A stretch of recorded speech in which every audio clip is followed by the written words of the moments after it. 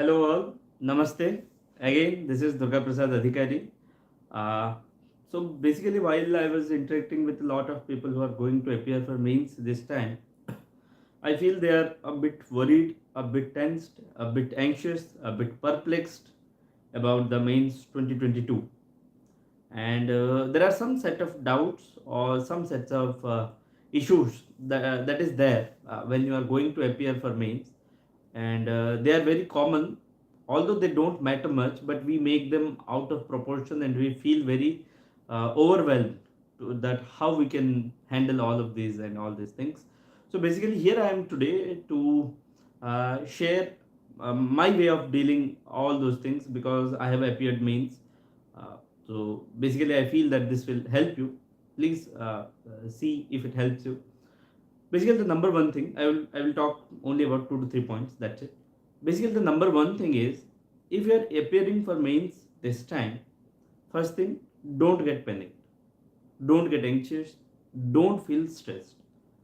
You feel proud that you are among the top 13,000 or 12,000 people who are selected for the mains.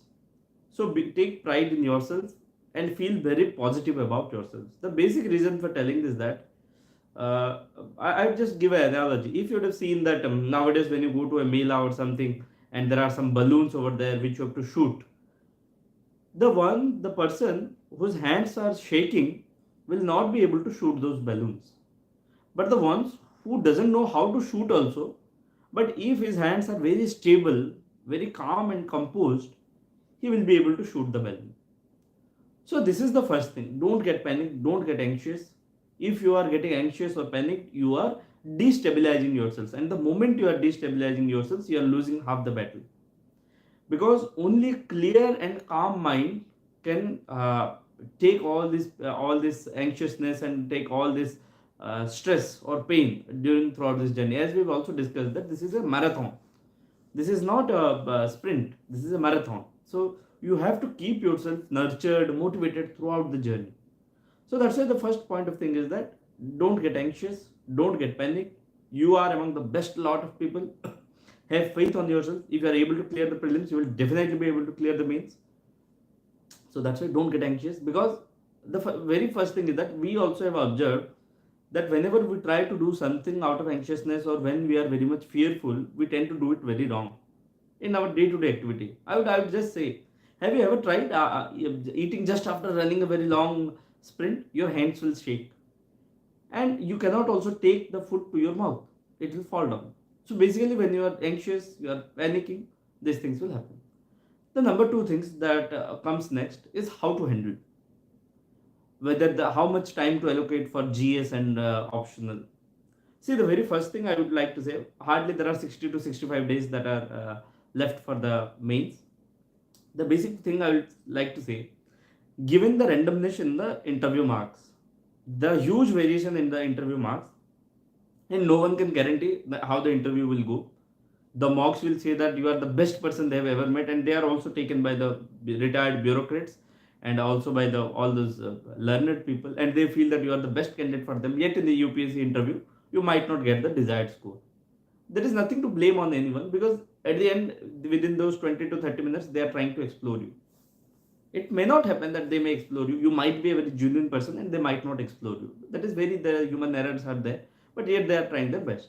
So given the randomness of the UPSC or any other interview, it is always best to keep your mains safe. Keep your mains with such a large margin that the UPSC interview will not affect you.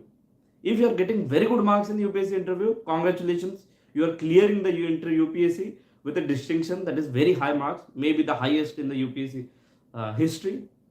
But if you are not getting very good marks in the interview, then if you have done your mains well, you will definitely get a rank. Not sure about the service, but getting a rank itself is a very big achievement. That's very true. So that's why it is the best strategy to keep your mains safe, given the randomness in UPSC interview. UPSC or any other interview, that's all. Because there is nothing to judge or anything, because it is fine. We also try to misjudge the people when we first meet them. So how to keep the mains safe? This is the point. See, basically in UPSC, as we all be aware of, we have to write 9 papers. 2 are qualifying and rest 7 are used for marks. The two qualifying papers are Hindi and English and your mother tongue or any other language, the Indian language, and there are exemptions if you belong to certain states. The other seven compulsory papers are essay, GS1, GS2, GS3, GS4, and your two optional papers. Now, if you will ask me personally, which of them are the most scoring ones, it would be definitely essay ethics, that is GS4, and optional. If you are doing very well in essay ethics and optional, you are going to get very good marks in mains, given you are balancing out the GS1 to 3. Now the point, the anxious part comes here.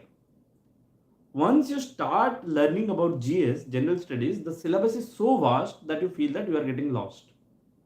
You feel that how can I handle this GS? And you start compromising on optional and ethics and essay.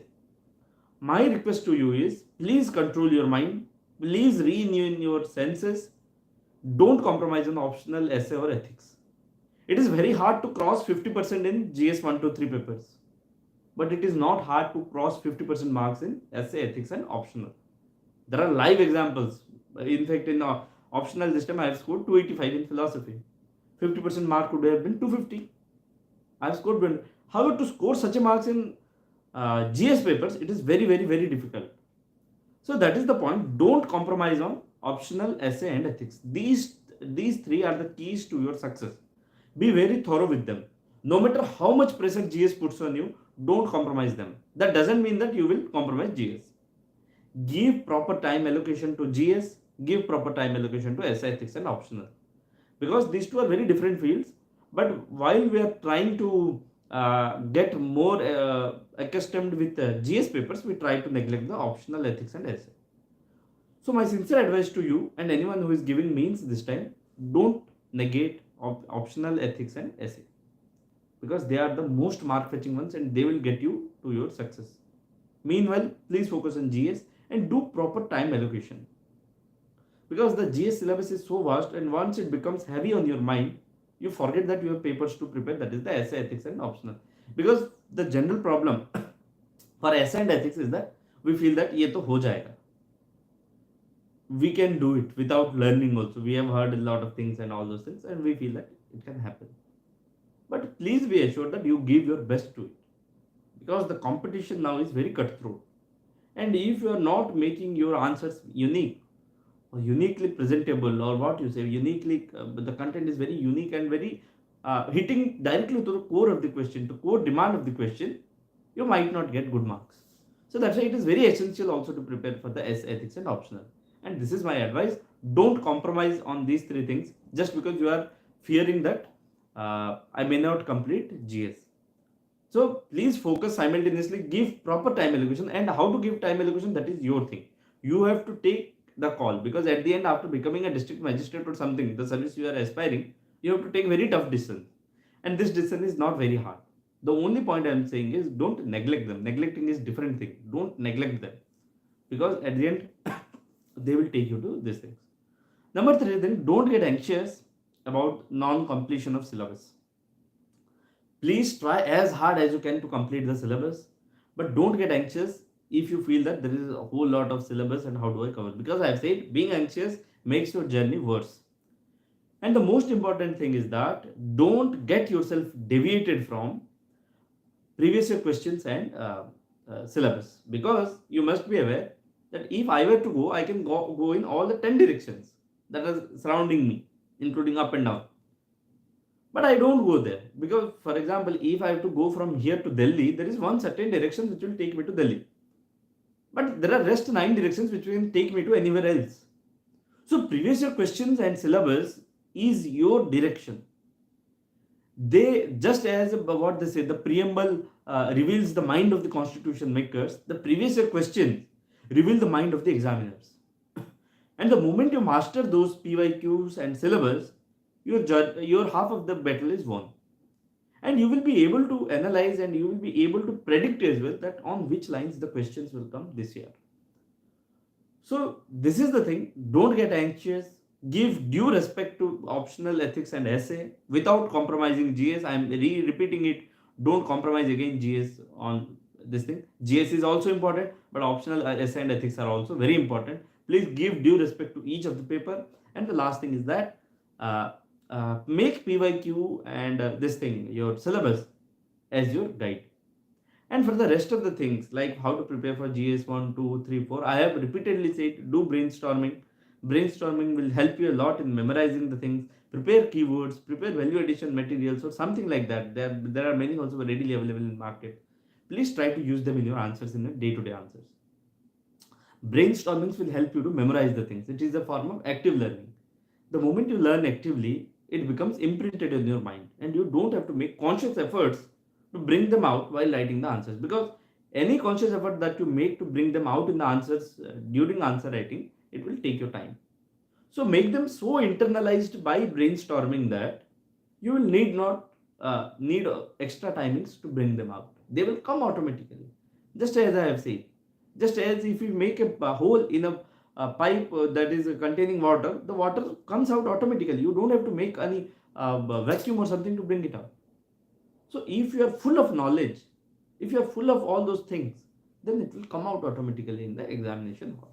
So that's why don't get panic, don't get anxious. It is very okay to get anxious, but take pride in yourself. And I can assure you that with the amount of knowledge that you have, if you can properly and optimally in optimum amount, if you can use it, you can also become AIR 1. That's for very sure. That's because we are neglecting ourselves, because you have cleared prelims, and clearing prelims is not at all an easy task, at least now in nowadays. So don't get into the feeling of self-doubt and how do I do this.